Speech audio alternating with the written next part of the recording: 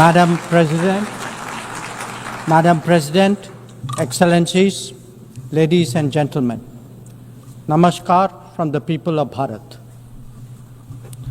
We are gathered here 8 decades since the founding of this unique body. The UN Charter calls on us not just to prevent war, but to build peace. Not just to defend rights, but to uphold the dignity of every human being.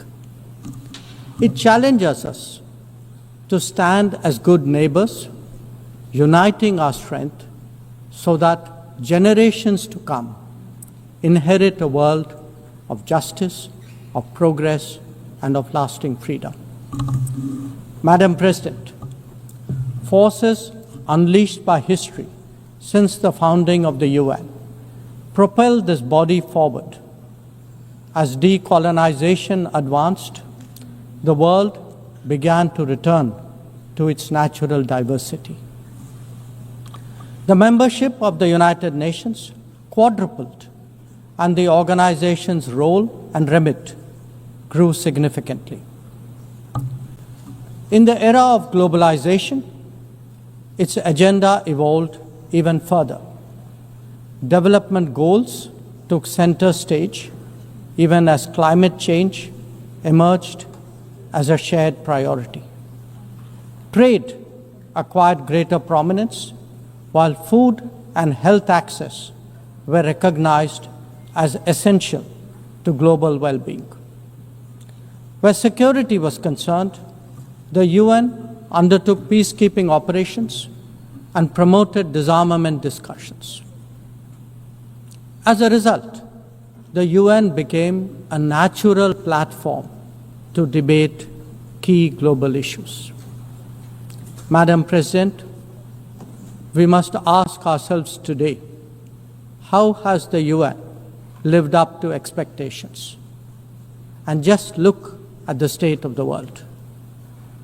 There are 2 significant conflicts underway, one in Ukraine and the other in the Middle East, West Asia. Innumerable other hotspots don't even make the news.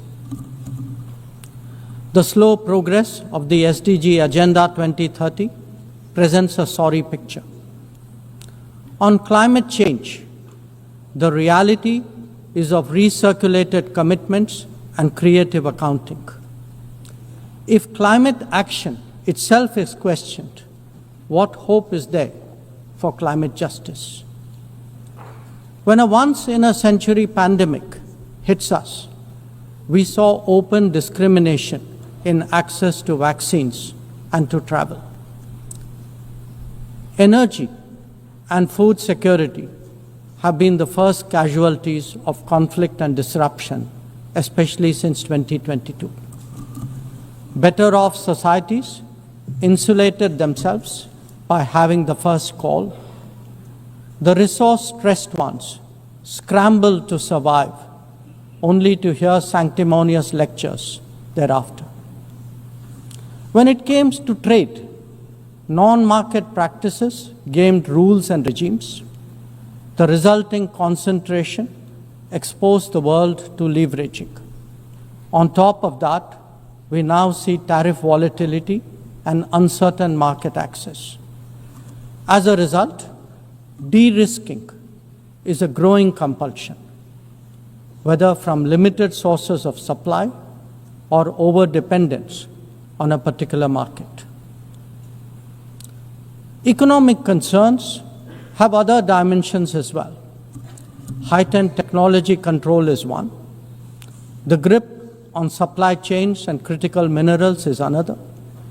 The shaping of connectivity is no less sensitive. Protection of key sea lanes has become a challenge. Restricting the evolution of a global workplace is an issue. Each makes a compelling case for more international cooperation, not less. But are we really headed in that direction? And where has the UN actually made a difference? Madam President, As members of the UN, we meet here as sovereign equals.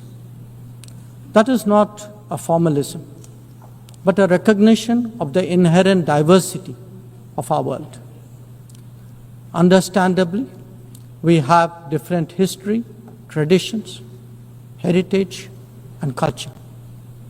For them to coexist, for them to enrich each other, it is imperative that we foster understanding and respect.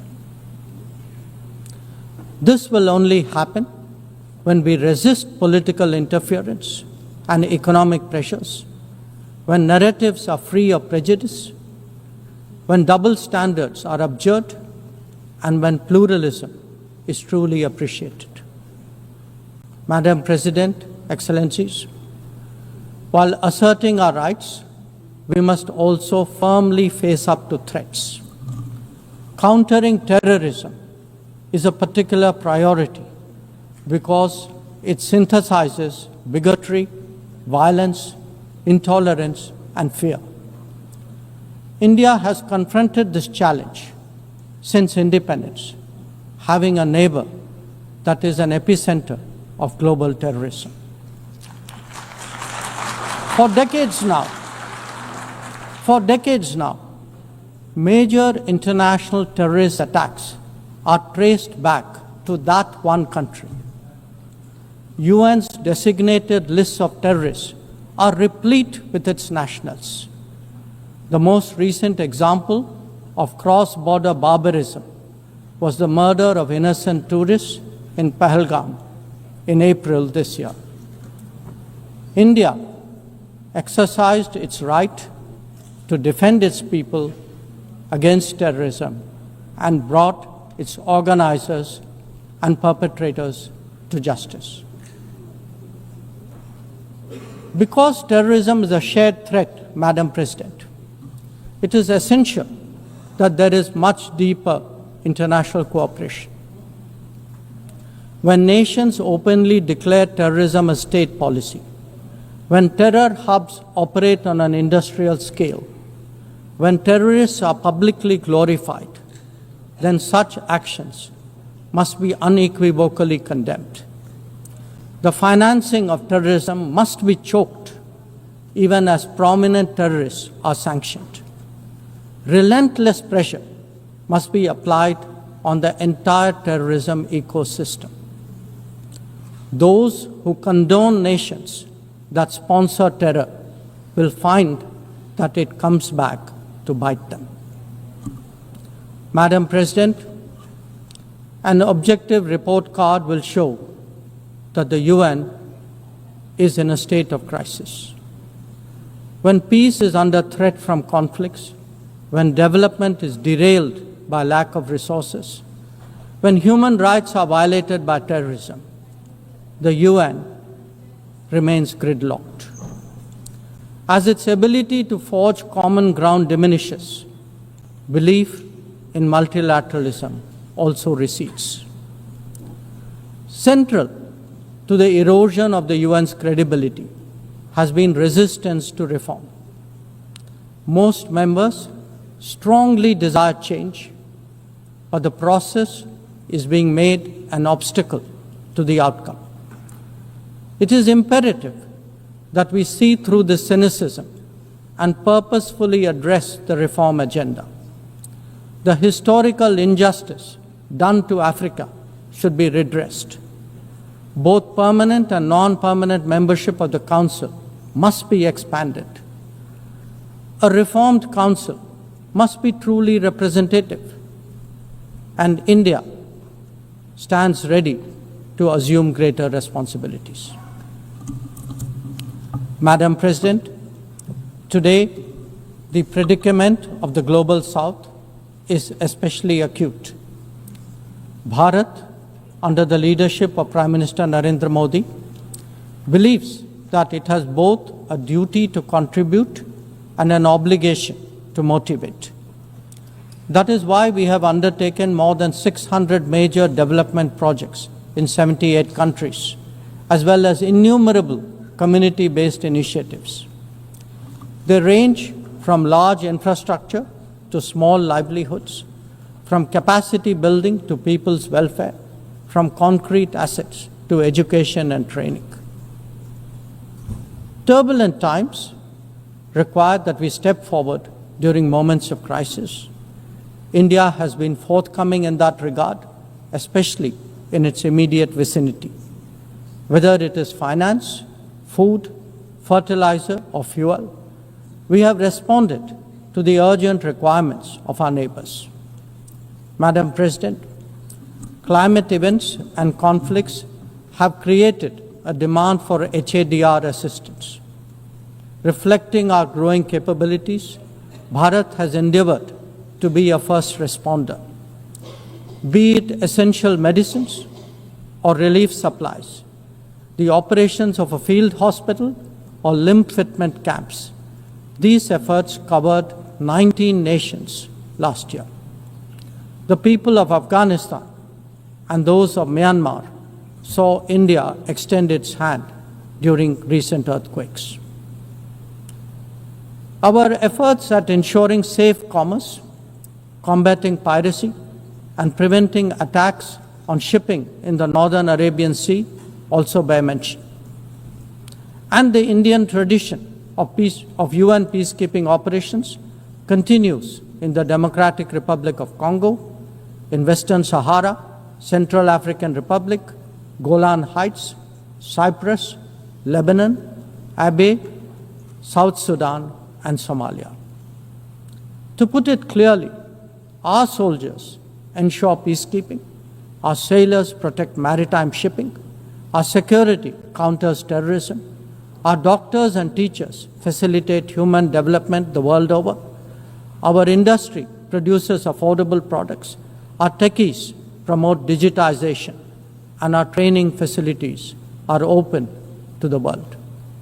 These remain the core of our foreign policy.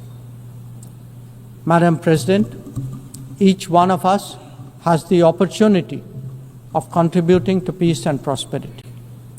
In the case of conflicts, especially Ukraine and Gaza, even those not directly involved have felt its impact.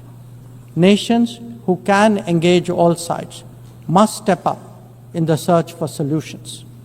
India calls for an end to hostilities and will support any initiative that will help restore peace. The last decade in Bharat has also seen transformative changes due to the vision of Prime Minister Modi. Our digital public infrastructure has redefined governance and enabled delivery of public services on an unprecedented scale. Our startup ecosystem, innovation culture, and microfinance are changing the face of society. Our rapidly growing infrastructure facilitates both ease of doing business and ease of living for citizens. India remains committed to sharing its experiences and tools with others on their journey of development. Artificial intelligence as a horizontal and cross-cutting technology has a particular promise for development. India's approach is to harness it responsibly for human welfare. Inclusion and impact will be the watchwords for the summit that India will host in 2026. Madam President, Bharat approaches the contemporary world guided by three key concepts. One, Atmanirbharta, or self-reliance. That means developing our own capabilities, building our own strengths, and nurturing our own talent.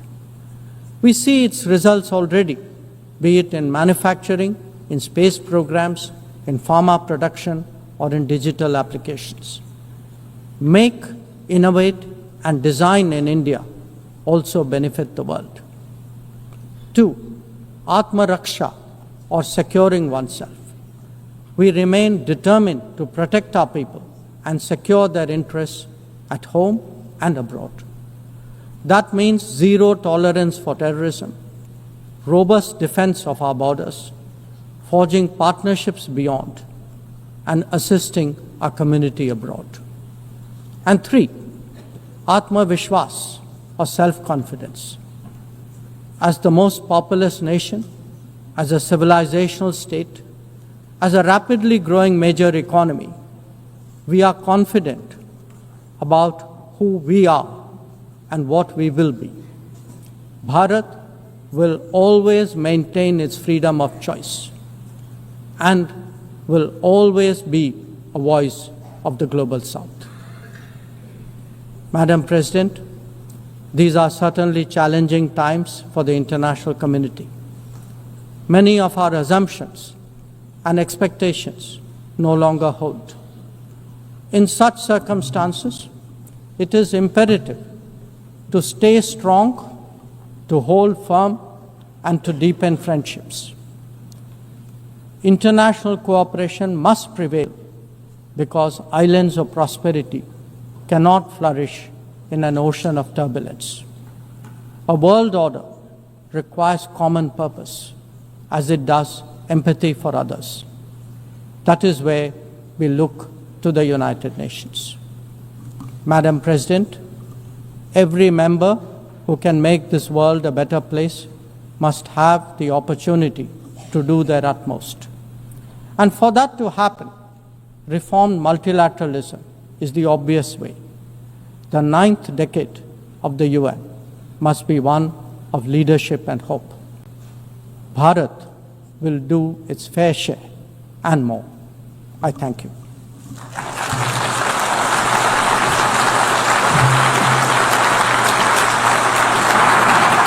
I thank